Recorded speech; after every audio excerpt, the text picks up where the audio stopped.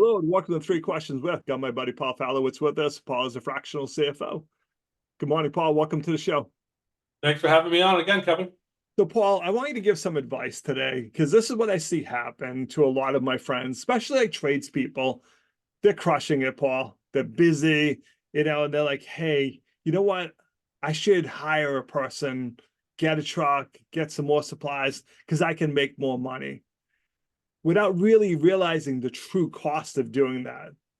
Do you see that happen?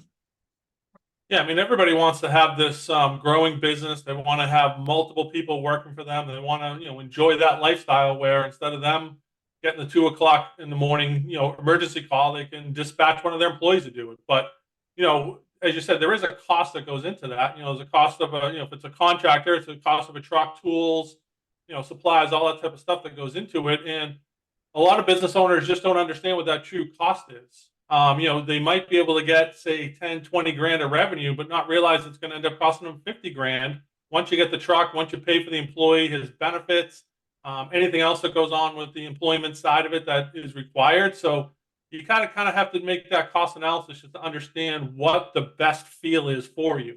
And it's not the same for every business. Some business, they can put probably 5 grand in and they can get 100 grand without a problem. Other businesses, the flip side. But knowing your industry, knowing what that revenue is, and knowing what that cost is going to be, is going to allow you either to grow to be the company you want, or you're just going to struggle financially. But Paul, how do I put together a plan then? Because all I'm looking at is I'm getting calls that I can't handle. So I feel like I'm losing out on the opportunity to grow my business. How do I put steps in place to make sure that when I actually pull that trigger, I don't, in the short term, lose money?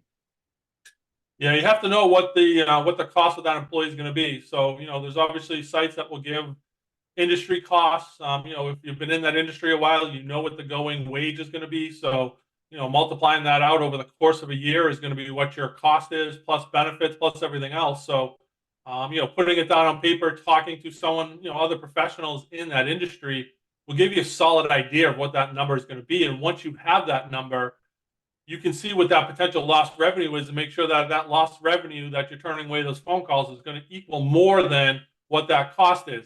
Usually in, the first couple of months, might be a little bit of a losing proposition because you got to build up that base. But 6 months, a year, 18 months down the road, if that's not paying it back, then, you've made that bad decision. But it takes a little bit of time in order to get that over the hump at that point. So, Paul, maybe I should put some money aside to fund that in the short term so that I don't feel the kind of hits our earnings. I tell people all the time to have kind of a rainy day fund, 3 to 6 months of expenses, just in case the worst scenario happens. We went through a pandemic a couple of years ago. People couldn't work. People couldn't do anything. The people who were able to survive had a little bit of a nest egg sitting there and were able to keep up with what was going on until the world settled in and we kind of get back to what we were supposed to be doing at that point. So, to have a savings account where you're not tapping into, or even, putting X amount of dollars into it every week, every month, every 6 months, whatever frequency it is, just kind of sock it away. The beautiful thing is with interest rates right now, you'll earn 4 to 5% interest when you sit it away. So you will get a little bit of additional money out of that, but it's something that you're not going to touch on a day-to-day basis. Leave enough in your business checking account to run your day-to-day side. Put this away as a nest egg, and you have the money for growth. Or if something bad happens and the worst case scenario happens, you have some money to be able to survive for a while until you're able to get yourself back on your feet. Paul, I probably like that as your best advice you've ever given, to be honest. I have such faith in that because I saw the same things you did. People who were kind of getting by, they were doing good. When we hit that bump, they didn't survive. They were going into, I call it family money. This wasn't part of their business. They had to go to their spouse if they had one, says, we need to take money out of the family money to keep this business going. And that creates a lot of tension when you're afraid, hey, I got to go to the family funds. I can't fund this anymore.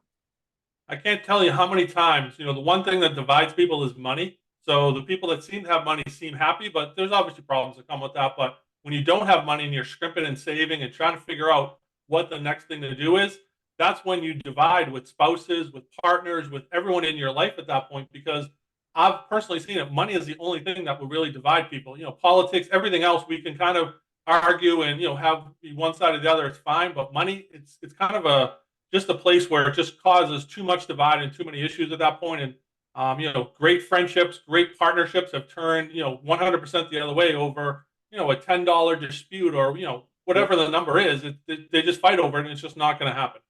It's so true. So, Paul, if someone needs advice on how to manage cash flow, because we've all seen companies that they're quote unquote successful, but yet they're struggling to pay their bills next week because they're not collecting money fast enough. What's the best way to reach out to you to learn how to manage cash flow more effectively to be more successful? People can reach out to my website. There's a contact me on there, which is Succentrix.com/Paul Falewicz, or they can shoot me an email, paul.falewicz@Succentrix.com, and get back to them. And just have that simple conversation. It all just starts with a conversation. Just have a simple thing to figure out what's going on and figure out what the best methods for them, because not everyone's going to want to approach it the same way. So I try to be as flexible as possible when you're talking to potential new clients. Awesome, Paul. I appreciate you taking a few minutes to call on the show, and as always, thanks for being my friend. Thank you, Kevin.